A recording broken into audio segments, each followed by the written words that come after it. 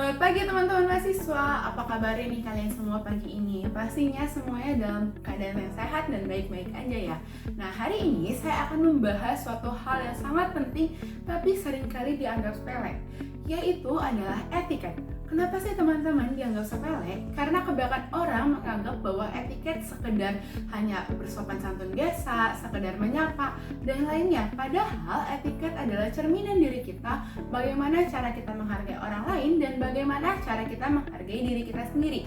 Dan tentunya etiket juga memiliki dampak yang sangat penting teman-teman, baik ketika kalian sedang berkuliah, ketika kalian berada di lingkungan manapun, dan juga bahkan ketika kalian bekerja nantinya di masa depan teman-teman.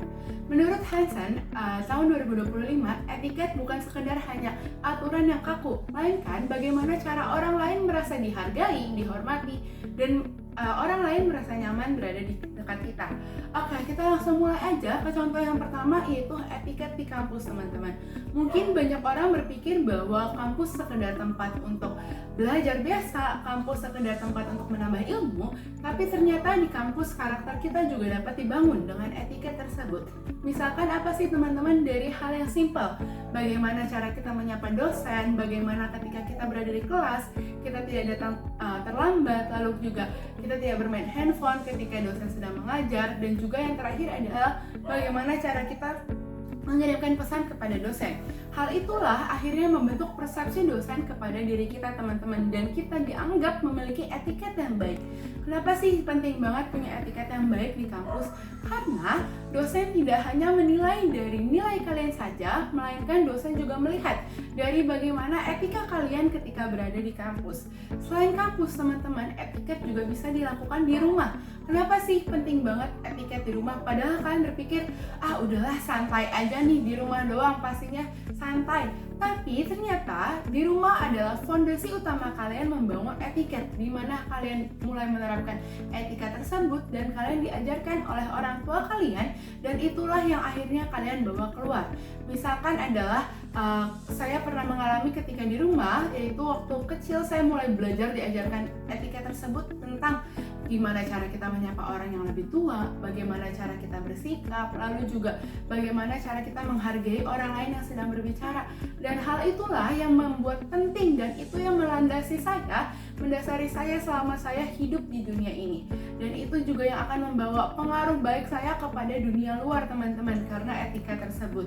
Selain itu, contoh yang tadi yang etiket di kampus misalnya adalah waktu itu ketika saya menjadi mahasiswa, saya juga menerapkan etika tersebut dengan cara adalah saya menghargai dosen ketika berbicara, saya juga mengirimkan pesan yang baik kepada dosen, saya menyapa dosen dengan baik, lalu juga saya tidak datang terlambat, saya tidak bermain handphone, dan akhirnya dosen menilai saya bahwa saya memiliki etika yang baik teman-teman, saya memiliki etiket yang baik, dan akhirnya ketika dosen memerlukan sesuatu, saya diminta tolong oleh dosen tersebut karena saya dianggap dipercaya teman-teman karena etikanya itu.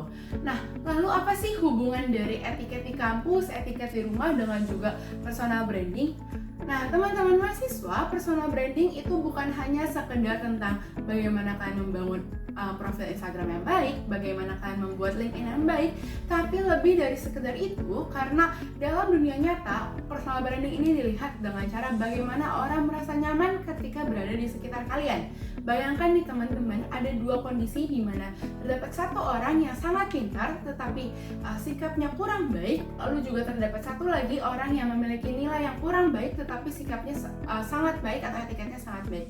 Pastinya semua orang akan memilih untuk orang yang pilihan kedua teman-teman, karena melihat dari etikanya atau melihat dari sikapnya. Oleh karena itu penting banget untuk kita punya etiket yang baik, dan kampus merupakan tempat kita untuk membangun etiket, membangun karakter etiket kita secara profesional. Rumah merupakan cara kita membangun fondasi etiket kita, dan personal branding membutuhkan keduanya teman-teman.